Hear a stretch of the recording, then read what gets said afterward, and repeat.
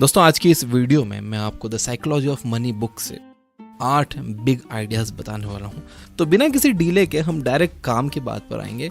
और पहला big idea है यू डोंट नो एवरीथिंग। हम हमारे एक्सपीरियंसेस के बेस पर कोई भी राय बनाते हैं। थोड़े से एक्सपीरियंस पर कई लोग ये मानने लग जाते हैं कि उन्हें इस दुनिया के बारे में सब कुछ पता है, लेकिन वो ये बात भूल जाते हैं कि दुनिया में 800 करोड़ लोग हैं और हर इंसान की अपनी अपनी अलग राय है और हर कोई अपनी दुनिया में सही भी है। एक चीज जो किसी को बिल्कुल सही लग रही हो वो हो सकता है कि किसी और को पागलपन लगे। The psychology of money book में ऑथर मॉर्गन हाउसेल कहते हैं कि पैसों के लेकर आपका एक्सपीरियंस दुनिया में जो कुछ भी हुआ है उसका 0.0000001% हो सकता है, लेकिन 80% एक्सपीरियंस आपका वो होता है जो आप सोचते हो कि दुनिया कैसे चलती है।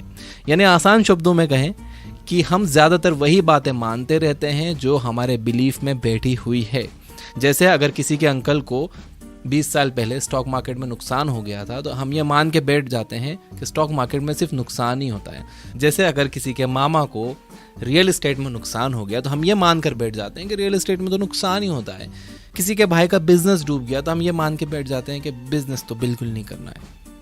एक और एग्जांपल देता हूँ। 1970 में पैदा हुए लोगों ने इंडेक्स फंड का बूम देखा होगा। उन्हें इंडेक्स फंड सबसे अट्रैक्टिव इन्वेस्टमेंट लगेगा, जबकि 90s में पैदा होने वाले लोगों को क्रिप्टो करेंसी अट्रैक्ट कर सकती है। तो कहने का मतलब यह है कि आपको खुद को लिमिट नहीं करना चाहिए। आपको सिर्फ अपने एक्सपीरियंसेस के बेस पर फाइनेंशियल डिसीजन नहीं लेने चाहिए, बल्कि आपको फाइनेंशियल किताबें पढ़नी चाहिए, वीडियोस देखनी चाहिए, सेमिनार्स अटेंड करने चाहिए, जहां से भी आप दूसरों के एक्सपीरियंसेस से सीख सकते हो, जहां से भी आपको और इन्फॉर्मेशन मिल सकती है। आपको पूरी कोशिश करनी चाहिए वो इन्फॉर्मेशन लेने के लिए, और फिर आपको अपने फाइनेंशियल डिसीजन इस इन्फॉर्मेशन और एक्सपीरियंसेस के बेस पर लेने चाहिए, इमोशन के बेस पर नहीं। Second big idea, nothing is as good और as bad as it seems. ये दुनिया इतनी ज्यादा कॉम्प्लिकेटेड है कि हमारा दिमाग भी इसे पूरी तरह से समझ नहीं सकता, और अक्सर हमारे एक्शंस के रिजल्ट्स हमारे हाथ में नहीं होते।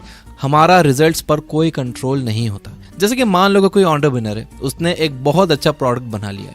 अब उसे लग रहा है कि टाइमिंग भी सही है और कंज्यूमर सेंटिमेंट भी उसके फेवर में, लेकिन कोई डिजास्टर आ जाता है और सारा मार्केट डिस्टर्ब हो जाता है और उस एंटरप्रेन्योर का प्लान बेकार हो जाता है, जैसे कि 2020 में कोविड के दौरान हुआ था। ऐसे रिस्क का कोई अंदाजा नहीं लगा सकता। ऑथर मॉर्गन हाउसेल कहते हैं कि नथिंग इज एज गुड और as bad as it seems, यानी जो दिख रहा है वो उतना अच्छा या उतना बुरा नहीं होता। जब भी आप फाइनेंशियल डिसीजन लो, चाहे खुद के लिए या दूसरों के लिए, आपको उसमें लक और रिस्क को ध्यान में रखना चाहिए। कोई भी एक सक्सेस स्टोरी सुनकर, किसी की स्टोरी फोर्ब्स में देखकर डिसीजन नहीं लेना चाहिए, या किसी का एक फेलियर सुनकर आइडिया भी ड्रॉप नहीं करना चाहिए। हो सकता है कि उन लोगों को किसी आउटसाइड रीजन की वजह से सक्सेस मिली हो या फेलियर मिला हो। इसे सर्वाइवरशिप बायस कहते हैं। इस पर मैंने एक बहुत इन्फॉर्मेटिव वीडियो बनाई है जो आपके सोचने का तरीका बदल देगा। मैं यहाँ आई बटन में लिंक दे दूंगा, डिस्क्रिप्शन में भी दे दूंगा, आप वो जरूर देखना। आप इस पूरे टॉपिक को उससे समझ लोगे कि किसी भी एक सक्सेस को देखकर या किसी एक फेलियर को देखकर अपने परमानेंट डिसीजन नहीं लेने चाहिए। आपको करना यह है कि अपने गोल्स तक पहुंचने के लिए काम करते रहो, गलतियों से सीखो, अपनी भी और दूसरों की भी। दूसरों की गलतियों से सीखना बहुत जरूरी है। अगर आप सिर्फ अपनी ही गलतियों से सीखोगे तो आपकी जिंदगी छोटी पड़ जाएगी। और कभी भी सक्सेस को सर पर मत चढ़ने दो, और फेलियर से डिस्करेज भी नहीं होना है। थर्ड आइडिया है how much is enough for you. इस इकोनॉमी में और साथ ही हाईएस्ट इन्फ्लेशन में एक जॉब पर डिपेंड होना बिल्कुल अच्छा आइडिया नहीं है। एक साइड हसल होना बहुत अच्छा है, और उससे भी अच्छा है कि आपकी मल्टीपल इनकम स्ट्रीम्स हो।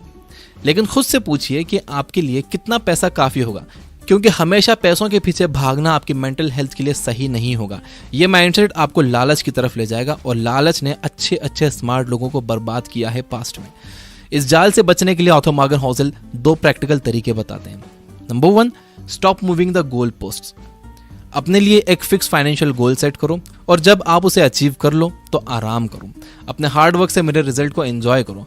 आप तब तक खुश रहोगे जब तक आप अपने एक्सपेक्टेशंस को काबू में रखोगे। Number 2, never compare yourself to others. आपकी लाइफ आपकी है, आपको यहाँ तक लाने वाले थॉट्स आपके हैं, ओपिनियंस आपकी हैं, डिसीजंस आपके हैं, इसलिए खुद को दूसरों से कंपेयर करने का सवाल ही नहीं उठना चाहिए। दूसरों से खुद को कंपेयर करोगे तो आपको जलन भी होगी और आपका मेंटल पीस भी खत्म हो जाएगा। Fourth big idea, understand the power of compounding. इस यूनिवर्स में एक प्रोसेस चलती है जिसके हिसाब से आपके एक कदम का रिजल्ट आपके अगले कदम की सीढ़ी की तरह होता है। जैसे कि उस बहते हुए पानी के बारे में सोचिए जो ओवर द टाइम पत्थरों का शेप बदल देता है। ऑथर मॉर्गन होज़ल कहते हैं कि दौलत बनाने के लिए भी सिमिलर पैटर्न फॉलो करना होता है। समझदारी से इन्वेस्ट करना तो जरूरी है, लेकिन बड़ी दौलत बनाना इस बात पर डिपेंड करता है कि आप कितने लंबे टाइम से इन्वेस्टेड हो। वॉरेन बफेट की वेल्थ $84 बिलियन से, जिसमें से $18 बिलियन उन्होंने 65 की उम्र के बाद कमाए हैं। चलिए जिम साइमंस और वॉरेन बफेट के अचीवमेंट को कंपेयर करते हैं। जिम साइमंस को दुनिया का ग्रेटेस्ट इन्वेस्टर कहा जाता है क्योंकि उन्होंने अपनी कैपिटल पर 66% का रिटर्न जनरेट किया है। दूसरी तरफ वॉरेन बफेट ने सिर्फ 22% का रिटर्न जनरेट किया है। ये नंबर देखकर लगता है कि साइमंस की वेल्थ वॉरेन बफेट से कहीं ज्यादा होगी, जबकि ऐसा नहीं है। वॉरेन बफेट जिम साइमंस से कहीं ज्यादा अमीर है। कैसे? आंसर है कंपाउंडिंग। जैसे साइमंस ने 50 साल की उम्र में इन्वेस्टिंग शुरू की, वहीं वॉरेन बफेट ने 10 साल की उम्र से इन्वेस्टिंग शुरू कर दी थी। छोटे छोटे एफर्ट्स कंसिस्टेंटली लंबे टाइम तक करने से एक्स्ट्रा ऑर्डिनरी रिजल्ट्स मिलते हैं। जेम्स क्लियर ने अपने बुक एटॉमिक हैबिट्स में इस बात को बहुत अच्छे से समझाया है। Fifth big idea, getting rich versus staying rich. Internet और सोशल मीडिया के बढ़ने से एक साइड हसल शुरू करना ज्यादा मुश्किल नहीं रहा है। आप स्टॉक्स में इन्वेस्ट कर सकते हो, क्रिप्टो में इन्वेस्ट कर सकते हो, क्विक प्रॉफिट्स बना सकते हो। ठीक ठाक कैपिटल, नॉलेज और रिस्क लेने की हिम्मत से आप अमीर तो हो सकते हो, लेकिन अमीर बने रहना ये मुश्किल पार्ट है। आप किसी भी बड़े शहर में चले जाओ, रोड्स पर आपको अट्रैक्टिव एड्स दिख जाएंगे, बल्कि आपके फोन में ही pre approved credit card, low cost loan, loyalty points, gift coupon जैसी कस्टमर्स को ललचाने वाली चीजें आपको मिल जाएंगी। देखो आज के टाइम में अगर कमाना आसान हुआ है तो खर्च करना उससे कहीं ज्यादा आसान हो गया है। ऑथर कहते हैं कि अपनी दौलत बचाने का तरीका है आप बहुत सोच समझकर खर्च करो। आपको ये मानकर कभी नहीं चलना चाहिए कि कल जो आपको सक्सेस मिली थी वो आने वाले कल में भी मिलेगी। ज्यादा सेटिस्फाइड नहीं होना है। आपको अपना हर फाइनेंशियल डिसीजन उसी सोच समझ के साथ लेना है, उतनी ही रिसर्च करके लेना है जितना आपने पहला फाइनेंशियल डिसीजन लेते टाइम सोचा था। अगर आप ये वीडियो देख रहे हो तो मैं ये मान सकता हूँ कि आप भी मेरी तरह एक आम इंसान हो जो पूरी कोशिश कर रहा है बेटर फाइनेंशियल डिसीजन लेने की। इस दुनिया का इकोनॉमिक सेटअप कुछ इस तरह का है कि हमारे जैसे आम लोगों के हाथ में ये नहीं होता कि हमारे पैसों के साथ क्या होगा। इन्फ्लेशन जैसे माइक्रो इकोनॉमिक फैक्टर्स डिसाइड करते हैं कि हमारे पैसे की वैल्यू क्या होगी, लेकिन एक चीज जो हम लोग कंट्रोल कर सकते हैं वो है खर्चा। पैसे बचाना एक कला है और पैसा बचता है किफायतशारी से। और यहाँ कंफ्यूज नहीं होना है, किफायतशारी और कंजूसी में बहुत फर्क है। अगर मैं आसान शब्दों में इन दोनों के बीच का फर्क बताऊं तो वो ये है, किफायतशारी का मतलब है पैसा वेस्ट करने की इच्छा का ना होना, और कंजूसी का मतलब है कि सिरे से पैसा खर्च करने की ही इच्छा ना होना। अब इसके लिए आपको अपने नीड्स और वांट्स में फर्क समझना बहुत जरूरी है। एक नीड वो है जो जिंदगी जीने के लिए जरूरी है, जो आपके काम के लिए जरूरी है, और वांट वो है कि किसी भी चीज से आप अट्रैक्ट हो रहे हो कि यार ये चाहिए ही मुझे, ये चीज कितनी कूल है, जबकि आपको पता है कि आपको उस चीज की जरूरत नहीं है। तो नीड और वांट में अगर आप फर्क करना सीख गए तो कोई भी चीज खरीदने से पहले आपने अगर उसे नीड और वांट के तराजू पर तोल लिया तो आप पैसे बचा लोगे। Big idea number 6, law of large numbers.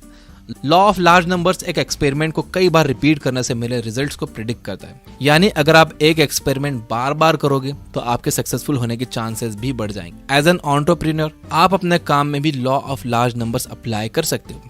10x बड़ा सोचो, 10x ज्यादा मेहनत करो।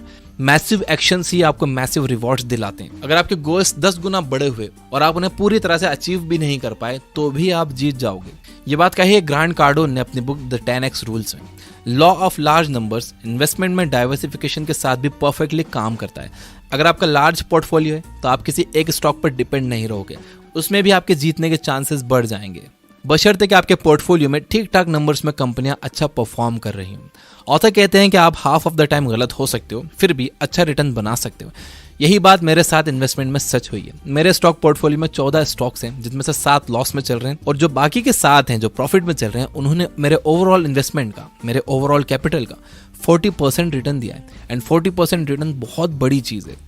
तो आपको पैसा कमाने के लिए परफेक्ट होने की जरूरत नहीं है। आधा टाइम आप गलत होकर भी अच्छा पैसा कमा सकते हो। Big idea number 7, be time rich. आपको क्या लगता है ज्यादा पैसा कमाने का अल्टीमेट बेनिफिट क्या है?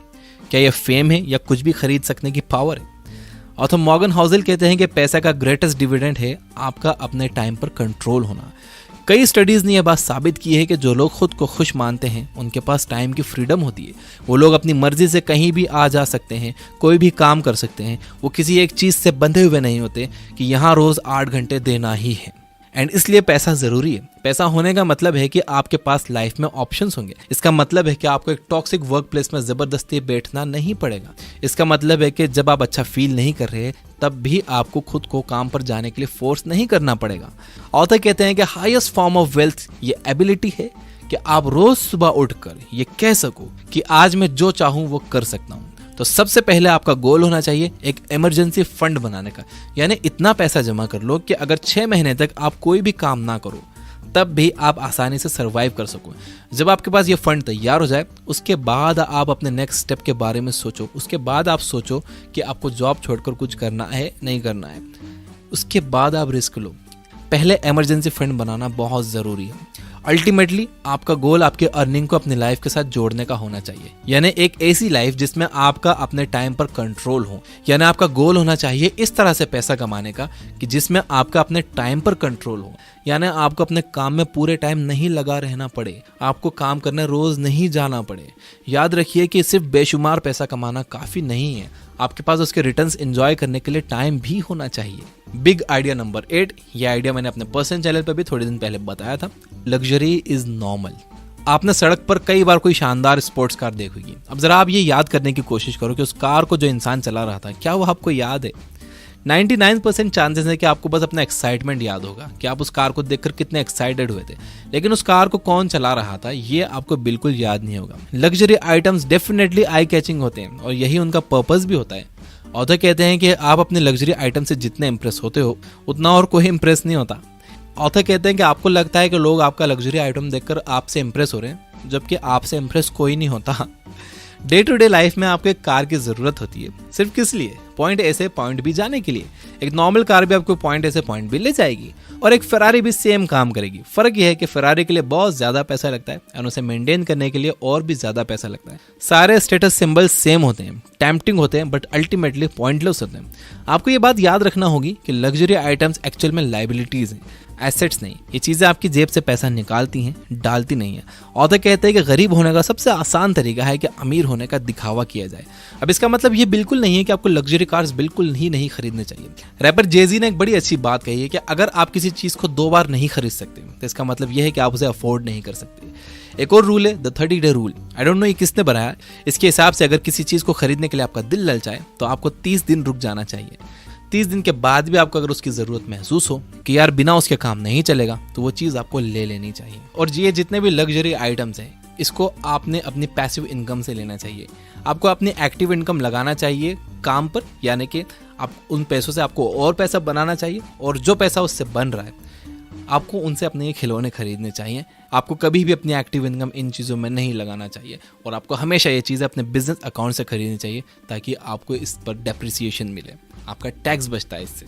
इन चीज़ों से अमीर अपना टैक्स बचाते हैं। आपको लगता है कि वो दिखावा कर रहे हैं जबकि वो अपना टैक्स बचाते हैं। तो ये थे 8 big ideas from the book the psychology of money. अगर मैं इसे रिपीट करूं तो नंबर 1 है यू डोंट नो एवरीथिंग। आप ये मानकर मत चलो कि आप सब कुछ जानते हो, आप बस वही जानते हो जो आपके बिलीफ में बैठा हुआ है। इसलिए ज़्यादा से ज़्यादा लोगों से सीखो और उनके एक्सपीरियंसेस और अपने एक्सपीरियंसेस, उनकी गलती और अपनी गलती, ये सब ध्यान में रखकर फिर अपने फाइनेंशियल डिसीजन लो।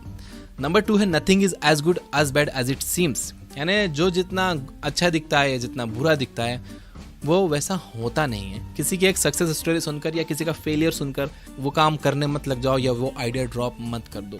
सर्वाइवरशिप बायस को समझो, लिंक डिस्क्रिप्शन में है उस वीडियो का। नंबर 3 है how much is enough for you. देखो ये डिसाइड कर लो कि आपके लिए कितना काफ़ी है। अगर आप बिना गोल बनाए पैसों के पीछे भागे ही जाओगे तो आपके मन में बहुत लालच आ जाएगा। कहते हैं ना लालच की माँ गला कटाती है। नंबर 4 है understand the power of compounding. Compounding के पावर को समझो। देखो ज़्यादा रिटर्न बनाने से ज़्यादा ज़रूरी ये है कि आप कितने लंबे टाइम तक इन्वेस्टेड हो। तो जितनी जल्दी हो सके आपको अपनी इन्वेस्टिंग जर्नी शुरू कर देनी चाहिए। भले ही 500 रुपये से एक SIP आप शुरू कर दो किसी भी एक अच्छे म्यूचुअल फंड में देखभाल के। नंबर 5 था getting rich versus staying rich. बड़ा अच्छा पॉइंट है। अमीर बनना तो ठीक है आप बन गए, लेकिन अमीर बने रहना ये बड़ा मुश्किल पार्ट है। कुछ लोगों की इतनी इनकम नहीं होती लेकिन वो लोन पर ये फ्लैशी चीज़ें, लग्जरी चीज़ें खरीद कर समझते हैं कि वो अमीर हैं, जबकि वो अमीर होने का दिखावा करते हैं और यही गरीब होने का सबसे आसान तरीका है। तो getting rich versus staying rich में आप फ़र्क समझिए। नंबर 6 था लॉ ऑफ लार्ज नंबर्स। आप जितनी ज़्यादा बार किसी काम को करोगे उतने ज़्यादा चांसेस आपके बन जाएंगे अच्छे रिजल्ट्स प्रोड्यूस करने के। जैसे कि मैं जितनी कंसिस्टेंटली जितनी ज़्यादा वीडियोस अपलोड करूँगा तो चांसेस मैं अपने बढ़ा लूँगा कोई भी वीडियो वायरल होने के। अगर मैं करूँगा ही नहीं तो कोई वीडियो चलेगी कैसे? करता रहूँगा तो चांसेस बढ़ जाएंगे वीडियोस चलने के। नंबर 7 था बी टाइम रिच। पैसा कमाने का अल्टीमेट बेनिफिट है आपके पास टाइम का होना। पैसा आपको अपने टाइम पर कंट्रोल देता है और जिन लोगों का टाइम पर कंट्रोल होता है वो ज़्यादा खुश रहते हैं। तो देखिए इनडायरेक्टली बल्कि डायरेक्टली पैसा एक खुशी दे रहा है। जब आपके पास ये कंट्रोल होगा कि आपको कौन से दिन क्या करना है, किस टाइम क्या करना है, कहाँ जाना है, जब आप बंधे हुए नहीं होगे कि यार मुझे बस 9 से 5 यहाँ जाना ही है, मैं और कहीं जा नहीं सकता। जैसे मैं बंधा हुआ था कुछ सालों पहले तक, मैं कहीं आ जा नहीं सकता था, लेकिन जब पैसा आया तो मेरे टाइम पर कंट्रोल मुझे मिला और अब मैं अपनी मर्जी से कहीं भी आ जा सकता हूँ, पहले से ज़्यादा खुश रहता हूँ। और नंबर 8 था लग्जरी इज़ नॉर्मल। याद रखिए कि अगर आप कोई बस दिखाने के लिए कार खरीदने की सोच रहे हो, कोई भी चीज़ दिखाने के लिए खरीदने की सोच रहे हो, लोग उससे इम्प्रेस नहीं होते, लोग आपको नहीं देखते, लोग आपकी वो गाड़ी देखते हैं। आप अपनी वैल्यू बढ़ाओ कि आप पैदल भी चलो तो लोग आपको देखें, आप साइकिल पर भी चलो तो लोग आपको देखें। आपकी वैल्यू उस कार की वैल्यू से ज़्यादा होनी चाहिए भाई। अपनी वैल्यू बढ़ाओ, बाकी ये सब चीज़ें नॉर्मल है, ये सब आ जाएंगी। ये सब टैक्स बचाने की चीज़ें, आपको लगता है कि दिखावे की चीज़ें, ये टैक्स बचाने की चीज़ें हैं। द साइकोलॉजी ऑफ मनी, इस बुक को हमने चैप्टर बाय चैप्टर समराइज किया है ये बुक ऐप पर, और ये एक प्रीमियम बुक समरी है। 699 में आप 1 साल का प्रीमियम ले सकते हो। डिस्क्रिप्शन में मैंने ऐप का लिंक दे दिया है। फिलहाल अभी ये एंड्रॉइड के लिए अवेलेबल है, बहुत जल्दी हम इसे आईफोन के लिए भी लाने वाले हैं। वीडियो पसंद आया तो इसे लाइक जरूर करना, सब्सक्राइब नहीं किया तो सब्सक्राइब कर लेना, घंटी न दबाइए तो दबा देना। Finally, you guys are amazing, keep reading, keep learning, keep growing. Thank you for watching.